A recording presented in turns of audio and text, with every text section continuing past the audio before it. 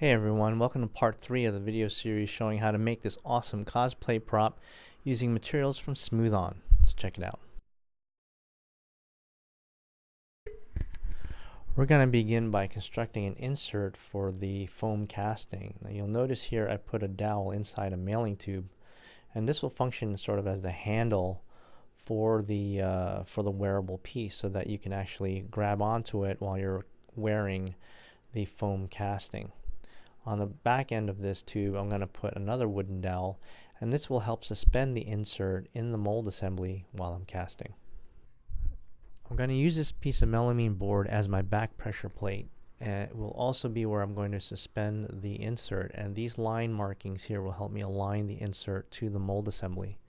I'm going to use sonite wax, and I'm going to apply sonite wax to the back pressure plate here. And I'm also going to make sure that I apply sonite wax on the inside of the cutout and also on the reverse side of this board. I'm going to put sonite wax. Now the purpose of the sonite wax is to allow for the foam to not stick to the board. So here I'm putting the board into my mold assembly, and again this will function as my back pressure plate. If you've not seen how we made this mold, check out part 2 of this video series. Now I'm going to line the top part of this mold with saran wrap. Now this is an optional step, but I find that if you place saran wrap over the entire mold surface, it just makes cleanup a lot easier with the foam. Once I have the saran wrap secure onto the top of the mold, I'm going to clamp some wooden sticks across the surface, and this will hold the pressure plate in place while I'm casting. Now I'm just going to remove the plastic from the center hole here so that I can place my insert into the mold assembly. Now this insert will suspend inside.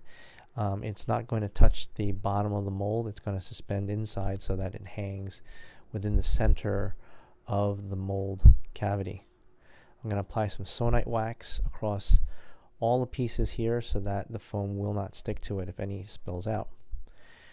Now I'm going to apply some more wooden sticks across just to secure everything in position. For our casting material, we'll be working with FlexFoam-iT 10. This is part A, and this is part B. FlexFoam-iT 10 is a polyurethane foam system. Now before we work with it, it's important to pre-mix the part B and the part A before mixing the two together. Very, very important to do that. Now it's time to dispense part B into a clean mixing container. We're going to do the same thing for part A. The mix ratio for FlexFoam-iT 10 is 1:1 by volume. Now for this, I'm going to be adding some UVO black, which is a solid black pigment, because I want the foam to have a dark black color to start. So now I'm going to put the part B into a clean mixing container, and I'm going to add the UVO black to the part B. UVO is a concentrate, so it doesn't take a lot of colorant to get a good color saturation in the material, and I'm going to give it a good mix. Now I'm going to add part A to the mix. Once A and B touch, the pot life begins. The pot life for FlexFoam-iT 10 is 50 seconds. Now to mix this material, I'm going to use a turbine mixer with a variable speed drill. And this is important because mixing the material at a high rate of speed will help with the expansion of the foam.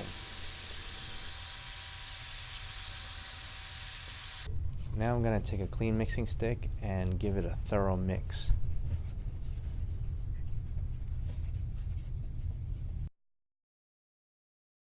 Now I'm going to take the foam and pour it into my mold assembly, making sure to pour it in one spot and allow the liquid to flow into the mold cavity. Now as you can see here, the foam is rising through the back pressure plate, so the excess foam is coming out through the escape holes along the insert. Once the foam is fully cured, it's time to remove the casting from our mold assembly. Now the cure time for a FlexFoam-iT 10 is approximately 2 hours at room temperature. At this point, I'm going to remove the excess foam that came out through the escape holes in the pressure plate, and then I'm going to remove my foam casting from the mold assembly. After carefully removing the foam casting from the mold, you can see that the rubber has captured in perfect detail every single nuance in the original sculpture. And the insert bonded perfectly well to the foam piece. Here now is a closer look at the finished casting. Now this FlexFoam is very, very flexible, so not only is it very durable, but is very impact resistant.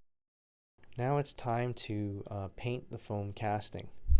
The paint we're going to be using today is fabric paint, and the reason we choose fabric paint is because the flexible foam has a flexible surface. So painting it with fabric paint allows me to paint the model with a paint that will flex with the surface, so that the color will not chip off the surface when the foam is compressed or squeezed. The paint adheres very well to the foam surface. Here now is the finished piece. As you can see, it's easy to put on and wear. It's very, very lightweight material, and it's extremely durable, and it looks absolutely amazing.